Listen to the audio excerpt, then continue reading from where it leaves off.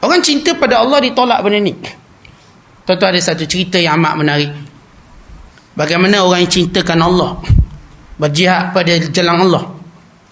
Cerita ini disebut oleh Al-Imamul Allamah Ibn Jauzi dan Imamul Allamah Ibn Nahas Asy-Syafi'i rahmatullahi alaihimah.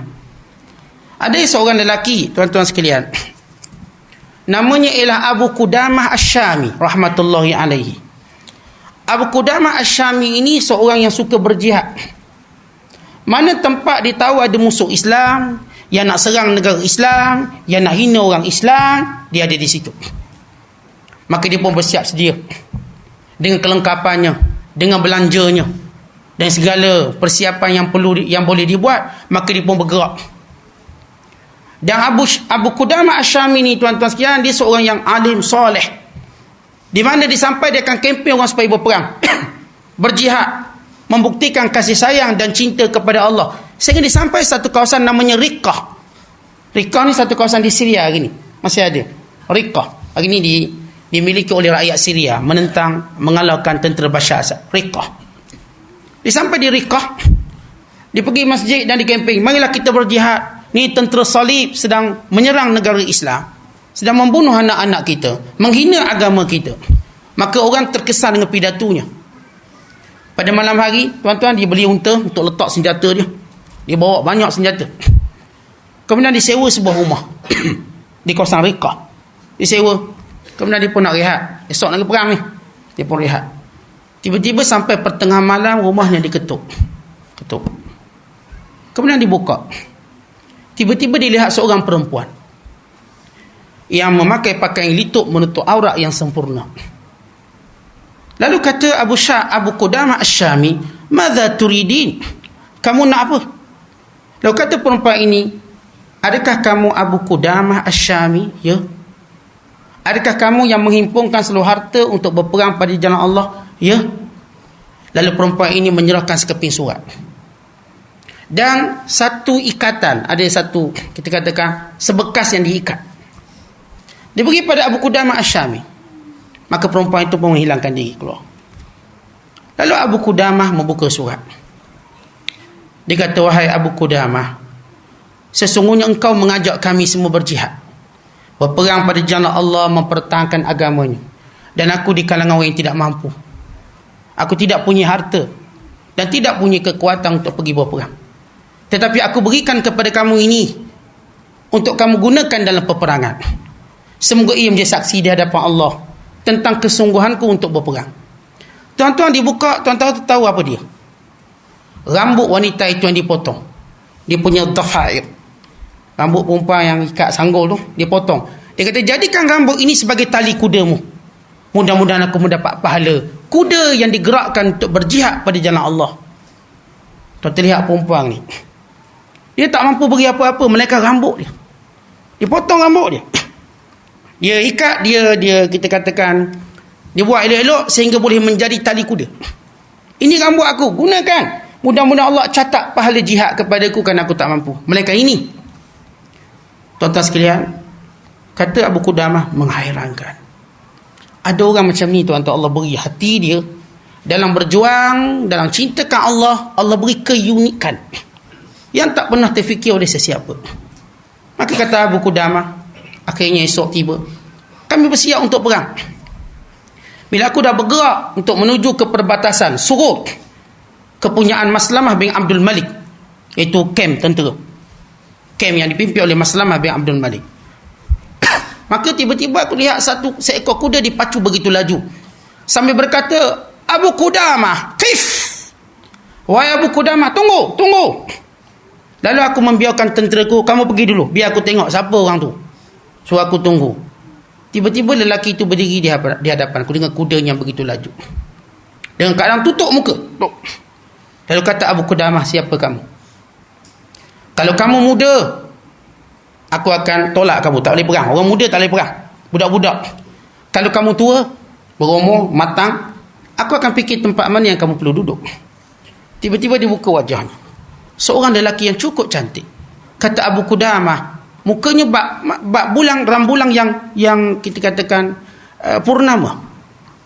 Bak purnama, cerah, terang. Berapa umurmu wahai anak muda? 17 tahun. 17 tahun. Ya, 17 tahun. Adakah kamu punya ayah? Tak ada. Ayahku sudah mati melawan tentera salib. Kamu punya ibu? Ada. Balik. Jaga ibumu. Itu lebih besar pahala. Tidakkah kamu tahu syurga di bawah tapak kaki ibu? Lalu kata pemuda ini, wahai Abu Qudamah, tidakkah kamu mengenali ibuku? Siapa yang memberikan kamu sesuatu di malam hari? Siapa? Wanita yang memberikan rambutnya untuk dijadikan tali kuda. Akulah anak dia. Dia yang menyuruhku berjihad, berperang. Dia berkata kepadaku, wahai anakku, pergilah kamu berperang. Kerana aku tidak ada apa-apa untuk aku hadiahkan pada Allah melainkan kamu. Kamu pergi perang. Kamu mara ke depan, jangan kamu berunduh. Sentiasalah kamu mencari redha Allah dan kehendaknya, sehingga kamu mati dan kamu syahid sebagaimana ayah kamu syahid, dan dihimpunkan bersama ayah dan juga bapa-bapa saudaramu, dan supaya kamu menjadi sebab untuk aku dapat syafaat hari kiamat kelak. Kata ibu dia. Lalu kata pemuda ini, lalu ibuku peluk aku dengan kuat, lalu berkata sambil memandang ke langit, ya Allah, ini hadiahku kepadamu. Ini adalah buah hatiku, jantung hatiku, kekasih hatiku. Tetapi aku lebih cinta padamu, ya Allah. Aku berikan anakku ini untuk berjuang dan berjihad di jalan Allah. Ya Allah, catatkan syahadah, syahid kepadanya. Lalu dia berkata kepada anaknya, wahai anakku, kamu jangan pulang melainkan syahid. Jangan pulang. Seorang ibu yang sudah pun kematian suaminya pada tahun lepas, hari ini anak dia kerana cinta pada Allah mengatasi yang lain-lain. Tuan-tuan, Abu Qudamah begitu terharu dengar cerita. Hebat. Wanita yang hebat, anak muda yang hebat, yang wajah yang tampan. Boleh saja dia mencari dunia, boleh saja dia mencari segala habuan yang diinginkan, tapi cintanya pada Allah. Apa nilainya wajah yang cantik berbanding kecintaan pada Allah? Maka tuan-tuan, mereka pun berperang.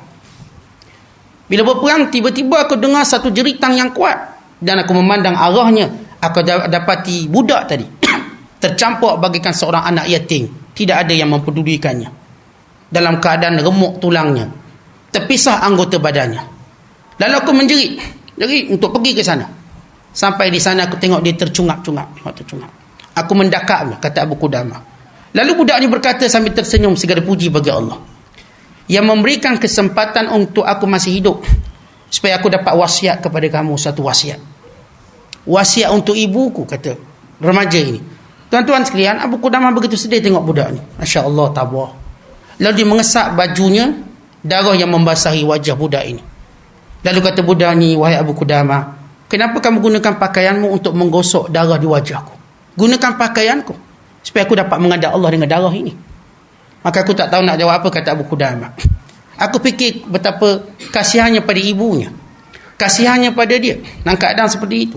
Dia kata, wahai Abu Qudamah, sampaikan salamku kepada ibuku. Beritahu ibuku bahawa Allah sudah menerima hadiahmu. Allah sudah menerima hadiahmu. Dan sekiranya Allah catatkan aku syahid, aku akan sampaikan salammu, wahai ibuku, kepada ayah dan kepada saudara-saudaramu, dan akan menjadi syafaatku kepadamu. Maka kemudian kata budak ini, wahai Abu Qudamah, berilah khabar tahniah kepada ibuku.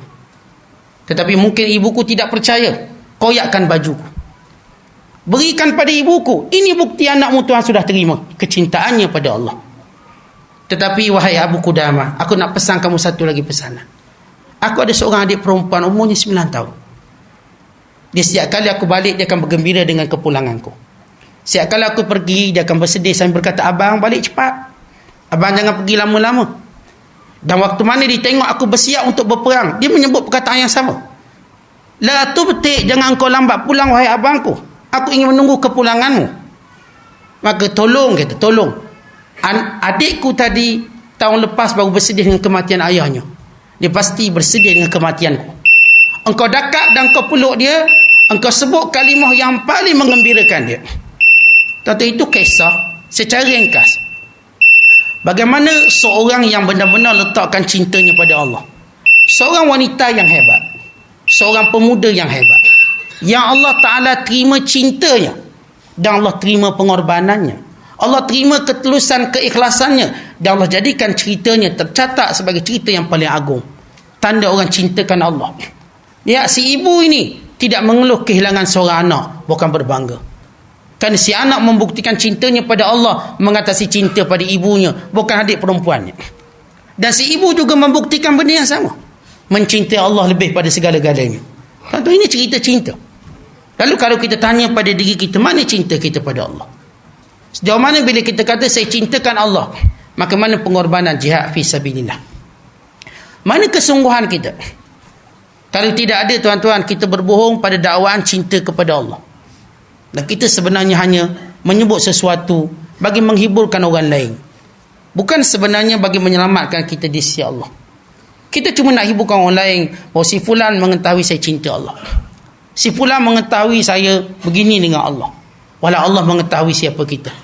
Oleh sebab itu mereka-mereka yang benar-benar cinta pada Allah, Allah pasti akan tunjukkan sesuatu yang ajaib dalam kehidupan mereka. Orang ini yang disebut oleh Allah, yuhibbuhum wa yuhibbunah.